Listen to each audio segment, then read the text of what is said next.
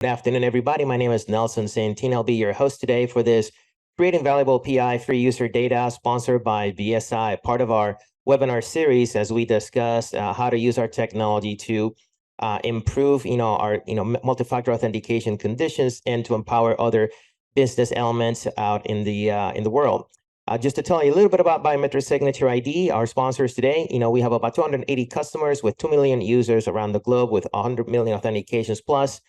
Powered, technology with 2 patents and 44 claims. Today, we're going to be talking about one of the applications or focusing on an application, which we call BioSig and how it helps to actually just clean data from PII. And so we're going to basically hit a couple of topics that I'm showing here in the agenda. We're first going to take a little bit of a detour and talk about Web 2.0 and why its data is so valuable and at the same time so prickly. Then we're going to talk a little bit about personal identifiable information, what it is, how we come about it, move into from there to implicit and explicit identification. And so kind of like making a distinction between them both. And that will basically help us get into the topic of the generation of PII free data. We're going to take a look at two elements, creating it from the beginning and then sanitizing other data, which has already some PII. After that, we'll talk a little bit about Web 3.0, where we're going and why it is so important and relative. And lastly, we'll open up for discussion across the board. So with that said, let's just get started. If you have questions, if you want to actually ask a question, please put it on the chat box. I'll come back to it, at the end of the discussion period, so we can go through those questions. And with that said, let's get started. Let's talk about a little bit about Web 2.0, and let's even just take a one step before that, right? Let's go a little bit back into the beginning and talk about Web 1.0. And as the parenthetical says, it is a retronym, right? It was named after the fact. If you go back to the very beginnings of the Web 1.0 was basically displaying static data on pages. So there was not a whole bunch of interaction. It was just the very beginning of what we know today as the World Wide Web. And as time went by, as we go past the hurdle between 1989 and circa 2004, we got into what we call the Web 2.0, which is where we are today, and quite frankly, almost leaving that space of the era of Web 2.0. And one of the biggest characteristics of the Web 2.0 is where we got, into the evolution from static content to more dynamic content that is presented to the user based on who they are. And that happens because there was interaction between user, and there was actually just interaction between the user and the provider. And so when this interaction happens, information was being exchanged, and we were able to actually understand if we were talking to a person that was identified as male and or female or Caucasian or, Hispanic and or from a different region. And so when we began to collect this data on the Web 2.0, we were able then to present the data that was more tailored to who they were and to what they wanted to see. And this had some serious implications. And so we are right now in the world of Web 2.0, and we're beginning to move into the world of Web 3.0. So if we were to look at this into the context of a timeline, we went from the static web, Web 1.0, and to basically just presenting information to the users. And then where we are today, as you can see in the timeline, we are right at the point of the end of Web 2.0, working well into Web 3.0 in some places where we are at the point of now monetizing and exploiting what's happening on the website through the use of targeting data. This is the data that, basically marketers use to identify what we want to see. These are the famous algorithms that you hear about, whether it's TikTok, Instagram, Facebook, or the likes. The way that these algorithms find you is through the breadcrumbs that you leave out there. And some of these breadcrumbs are laden with PII, as we're going to talk about. Just by point of reference, and we're going to end up the conversation talking a little bit about Web 3.0. This is where we're going, where the slight difference is the users are going to be in more control of their information as far as who has access to it, and also their digital avatar, their digital persona. So how we convert ourselves from an analog human being to the avatar of your person in the digital world, your footprint, if you will. Nothing super fancy, just basically your representation, but that is critical from the perspective of understanding that the information that you put out there completes the person that you are. And so that's what kind of makes this data so relevant and at the same time so prickly, right? It's no, and there's no mystery, right? That commerce is basically found its home in the web 2.0. And we're talking here, that this is at the tune of 5.7 trillion annual global market in e-commerce. So this is just a non-trivial amount of information and that is exchanging a lot of commercial value that is exchanging on the web 2.0. And that's what makes the data, right? The personal data of the user is so valuable and at the same time so prickly, right? And it is because all of this information can be, quite frankly, stolen by malactors. Call them hackers, call them just thieves, whatever you want to identify these malactors. They're trying to steal your personal information in an attempt to recreate who you are, in an attempt to impersonate you and basically have access to your wealth, or quite frankly, impersonate you and then just defraud somebody else of theirs. And so all of this to say that the personal information, right, that characterizes who we are is super valuable, and it becomes super prickly because of just one element, the personal identifiable information, the PII that is laden within those data sets that are collected about us. So let's take a moment then and talk about what it is, PII, and let us define it, if you will. So when you're talking about PII, personal identifiable information, right? It's a group of information or a set of information that allows somebody to be identified either explicitly or implicitly, and that begins to kind of like put together to actually just form a complete picture of who they are, right? This is just all of the facts, if you will, the little tidbits and breadcrumbs that, put together in a certain form, right? When you put them together, I can identify that this is Nelson. And so that is actually what PII is that data set. Just to kind of like see it visually when you're looking at it, right? So these are some of the examples of what PII is when you connect it all and you put it all together, right? So you can have, for example, is your vehicle license, birth date, you can have geographical information of where you are, your social, your name. All of these elements by themselves are not necessarily PII, but when you put them together and you begin to put them into a collage, if you will, then they become PII, and that's where the liability begins to happen. Liability from the perspective that those of us who are collecting this data for commercial and or professional use then must observe certain rules to handle this data and to protect it, because if we don't, falls into the wrong hands, it becomes corporate liability. And if anybody has been looking and watching the news, you can see that we're not talking here about trivial slaps in the hand. We're talking here billions and trillions of dollars every year that are A, stolen, and B, levied as fines on corporations. If you look at the landscape that I'm presenting here, then you can see that of all of these elements here, there's one that is quite peculiar and of interest for this conversation, and those are the biometric identifiers. And to me, they're of particular interest because those are elements that are used into a multi-factor authentication. So going back briefly to the world of Web 2.0, if we are living in a world that is digital, if this is where we do and conduct our business, multi-factor authentication is a critical element of this world that we transact in, that we operate in, right? This is one of those areas that brings a lot of attention. Just to put it into the context of biometrics, right, and the multi-factor authentication, it's one of the most heavily populated elements of the multi-factor authentication, okay? So everybody, and for those who don't know, three key elements are inherence, possession, and knowledge, something that I know, something that I have, and something that I am.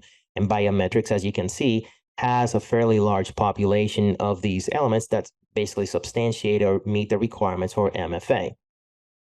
From this group of elements, right, specifically looking at the biometrics, then there is actually just some unique dynamics. And so if you actually just go into digging into the laws of protecting information, or the laws that talk about biometrics, right? If you take 740 ILCS, from Illinois, right? This is what's known as the BIPA Act. and defines biometrics in broad strokes, if you will. I encourage you to go and read it. But one of the unique things that it basically says, it defines what's a biometric identifier. And so those biometric identifiers, which are PII, are just the elements that that I'm going to be highlighting here. So for example, your retinal scan, your DNA, your face, palm geometry, and others like this.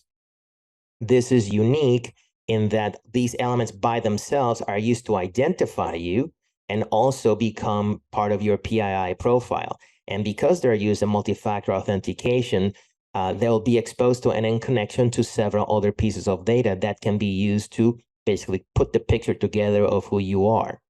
If you notice, I have not marked awareness, and that is because in the context of the BIPA law, awareness, your state of mind, and biometrics that are behavioral in nature don't fall into this category of a biometric identifier.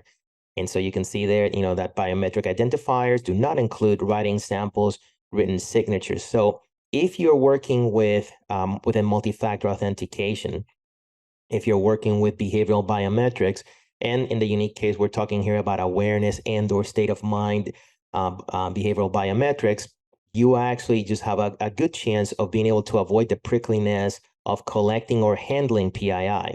And so one of the key elements and points of today's webinar is to say, hey, if you can fence the user data and its PII, then you can actually just be in a good place, especially if you can retain that connection between the PII and the other right information so that you can reconstruct it under the right conditions, right? So one of the key elements of the presentation of the webinar is you can separate this PII data from the global data set of the user. And in some instances, you can also find a way to reconnect them into a way that you can use that data correctly and prevent malactors from using it. Let's then move so we can talk then about these data sets, because that's where we are in the conversation. So let's begin with explicit identification. And so going back to the information and the PII, if you look at what explicit identification is, this is where you're using the straight up facts on who you are. What's your name? Mr. I am awesome. I was born on the 1st of January of 19. Oh my gosh, they don't even have to card me anymore. I'm 53, Caucasian, special details about the person. When you put all this picture together, these are just the specifics of who you are. So this is called explicit identification. And this is used from the purpose of e-commerce and marketing, for example, to target specifically to a person by name, not by identity, who they are. When you come to a website, when you have those cookies that are just tagged on to you, this is specifically to you. And when this happens, when you have an explicit identification, that's money to the marketeers. That is money for us, or those of us who come from the world of e-commerce, because now instead of having to use a generalization, I can target to a specific person. So this is the example if I'm specifically going to target to a person by name and by identity. Or when you look at implicit identification, I am going to market to somebody that looks like a cohort group. And so in this particular case, the same person may be a random name or a random identity, but it happens to fall within the same or similar populations group, right? So same age, same race, same or similar medical condition, but not as detailed as before. Presents, or favors or identifies as male, comes from instead of from a specific telephone, from an area code, instead of having the complete email, you know who the provider is. So these are examples of how the data about a user can actually just be implicit and or explicit, and how it weighs differently in the conversation. Because for the marketeer, for the people that are commercializing this data, instead of just specifically, in my case, marketing to Nelson Santini, somebody who loves to golf, for example, they would market to somebody who is male, 53, in the zip code 30024, who loves to play golf, for example, right? It's a big difference between knowing specifically who you are and knowing, what you look like, the cohort group that you belong to. So therein lies the difference between explicit and implicit. And so the way that you would sanitize data the way that you begin to actually just free the data from being laden with PII is if you just separate the facts. So you have one population where you may have your explicit data and another group where you would have the implicit data, and at the same time be able to connect them. Make sure that you have one link in there that is actually clean, that is not a biometric marker, and that can be used to make sure that you have that attribution. And so that's what we're talking about in here. How do we separate the key elements so that we control the generation of PII, but at the same time be able to connect it so that we can validate the fact that we do have data that is useful, that is real, so that it can be monetized for different or used for different purposes, right? So when you're talking about sanitizing the data, you can do this in two ways. The first one is by creation. And so if you look here, I'm showing you a very simple example of how you can generate data that is PII free from the users if you're using an authentication that happens to be, for example, a behavioral biometrics. So if you go through your authentication, you basically authenticate with a server where your explicit data lives. And from that point forward, you become an avatar, if you will, a digital persona. From that moment, you are basically entering your session and working online, for example, go to a commerce site, and that data is going to be collected and is reposited in an implicit set, a set that is data that is clean because it is associated just to and up to the avatar, not beyond that point. And you can use that data set to target the avatar, but also to retail that data and make it available for others that may want to research, use it for marketing purposes, or monetize it without having the prickly issue of having to protect and manage all of the data that is truly PII. So it's a big difference in having access to the social security number of a person versus just having access and use, right? For example, for data that is publicly available and or that it cannot be used to reconstruct who you are. That's one element of how you can create the data that is PII free at the moment of collecting the data. The other way that you can go about this, and let's just take, for example, people who have massive data sets. So in the extreme, you would take a Facebook, but if you basically take any e-commerce platform, you take your website, you take, let's see, your commerce page on your website, you take actually your human resources page on your corporate site, you can begin to clean some of these data sets and fragment it in such a way that as the user authenticates, you go through the same process. You authenticate with the explicit set, become the avatar or within the session. And at that point, as you're just looking at the data and you're touching the previously collected data, you can begin to run a cleaning algorithm, if you will. So you can take the PII elements, move those over to the explicit set, and then just clean that data set, and then make sure that you have only the implicit into the quote unquote the external world facing data set, what I'm calling here the implicit set. So you can create it two ways. You can create it at the point of origin, or you can create it by cleaning it as you're using it. All of this by basically using certain elements or certain processes that are fairly straightforward, like making sure that when you authenticate, you don't authenticate with something that's going to have markers itself, and that can only be connected securely to where those markers live, the explicit data set. That basically gives you an topology, if you will, that looks like this. You have a clean data set on the left, which is a PII set on the left, which is you have your explicit data set, and then you have the same copy, which is clean but implicit on the set that you can actually use to commercialize.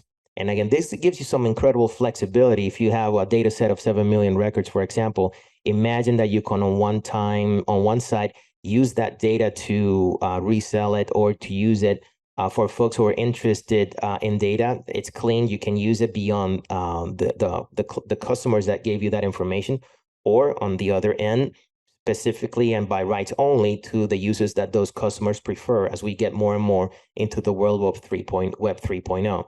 So same data set, you can just begin to sanitize it and split it. And that basically allows you to do two things. Number one, commercialize with more ease, less restrictions, but still obviously following the rules and regulations to manage the information. And then I have a different set that you can use for more sophisticated and/or purpose-driven and permission-driven processes on the other end, right? So this is what you can do. This works and works really well when you can connect the data in such a way that the attribution between the implicit and the explicit set, it is solid. Like, for example, I'm saying here, hey, if you could have authentication that is somewhere in the neighborhood of 1,000,000,000 odds to one that somebody could be able to have two identities, right? Then you can say, yes, my data set, my implicit data set is all of different people, is not somebody who was like carbon copy and pasting and making random variations. If I am challenged to do so, I can actually go back and show that who these people are. So if you were doing a great example of this is if you were doing a medical research and you were collecting data from patients, on one side you would have the complete data in the blind. And if you had to prove, for example, who was the person that was, a particular case, you could make that connection so that you can do further research if you wanted to be looking at a specific data point within the data set. So that's how you can actually just maximize and make the most out of this PII data. It is all through achieving certain attribution.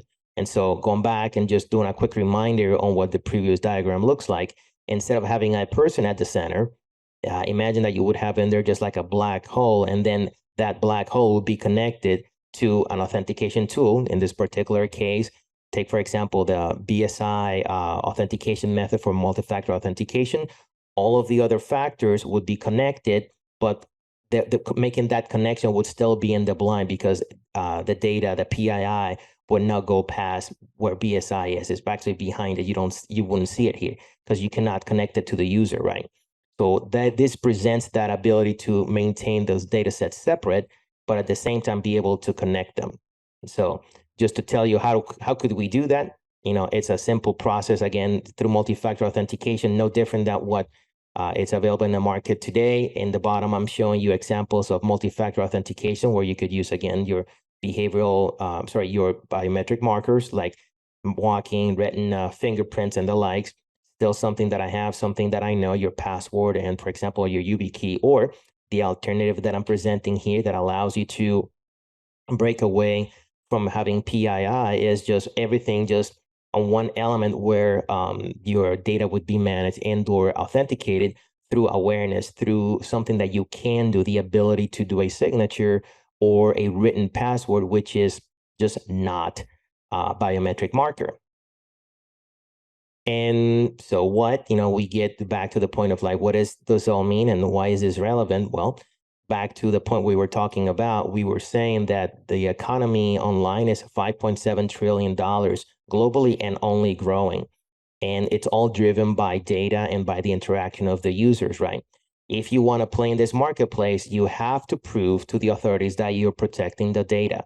If you're familiar with the SHIELD Act and you're familiar with what's going on in New York City, out of the prosecution offices in New York City, if your company has PII data and you're not handling correctly and they identify that that is the case, you are subject to some fines that would definitely put you out of business. So if you want to play in this ecosystem, you got to prove that you can protect the data, right? You got to make sure you go through incredible efforts to protect the data to do so. And if you work in the world of IT, you understand that the investments in this are non-trivial. So the less PII that you're generating, the less PII that you're handling, makes it a lot easier, for A, the folks on the IT world, for B, the folks on regulation and compliance, for the folks that work in the legal department, for everybody around the chain. Those lesser efforts, return into more profits. And again, you don't want to be in a place where you're liable from actually just using or having that data. You want to basically exclude yourself from the pain, but at the same time, be actually just working within the windfall. And we know that that's where we're going to the world of Web 3.0, where the conditions are going to be more stringent because the users are going to be required or going to have, I would say, rather the power to specialize when and how their information is used for marketing and for other purposes other than functional. So we're going to be moving, and again, that's where the trend is. Whether we move there immediately or it takes a couple of years, we're migrating to this world of Web 3.0 where the user writes their user rights of their data usage are going to be more stringent. So it's better to be prepared than be caught by surprise. And there's a couple of solutions that can help you migrate your data from just being laden with PII to actually just being in a better spot, right? How to basically just clean them out and clean those data sets. Just to tell you again, just to mention real quickly, just to give you an example of what some of these behavioral biometrics look like that, again, are outside of the world of biometrical markers. And we already talked about the fact that these were, for example, passwords that are written, not necessarily typed.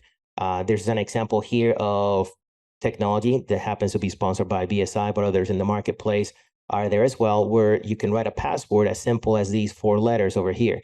And it has nothing to do with how beautiful they look. So it's not about calligraphy. It's all about, hey, can I actually repeat this password and make sure that I draw it in a way consistently every single time? So you can see here that there's nothing from these 4 letters that would say Nelson has brown eyes or Nelson is 53. And quite frankly, it's one of those things that it's written. It's not even an ASCII code. It's just an image or a series of vectors that are being reconstructed to come up with what the password is.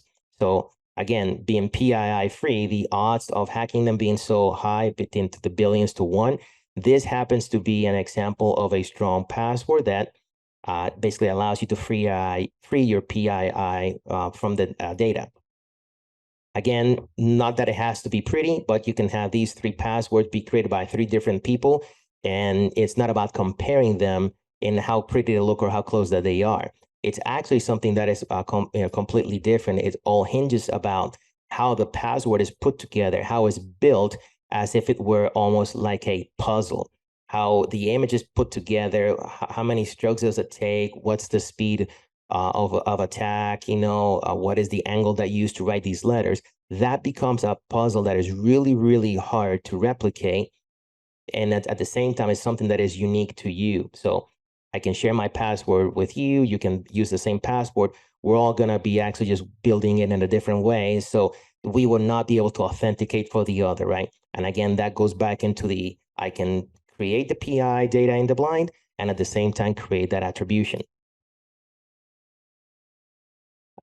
So this is actually just, what the technology looks like. If you're familiar with pins, this is actually how the password would look like. 4 simple letters, again, give you all the ability to have 192 billion, almost 1 trillion to 1, depending on the cases, to actually just to 1 odds of somebody to be able to replicate it. Could be 4 numbers like this, 4 symbols like this, could be a signature to actually just provide this. And again, we happen to have some of those technologies that allow you to do this for data, free it from its PII, and there are others out there. And so it's obviously of interest to us, make sure that we can help our customers free themselves from the prickliness of collecting user data. But that's the world in which we live in. We collect it, we monetize it. So we want to do this in a responsible way. We just happen to have a very elegant and simple way to do that. And so with that, and looking at the clock, I'm going to stop and open up for Q&A sessions, questions that the team may have, from the audience, any questions related to the topics we discussed today. I hope that it has been helpful and happy to take any questions from the audience. No alibis, no questions, and that's okay. If that's the case and there are no questions from the team, I really appreciate you having taken the time to discuss with us today how to basically create valuable PII-free user data from the data sets that you have through the use of multi-factor authentication and specifically behavioral biometrics.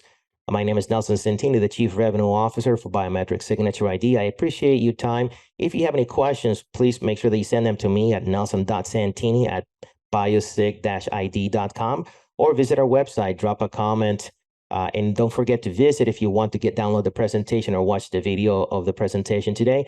Go to our resources page where we will have this posted sometime tomorrow.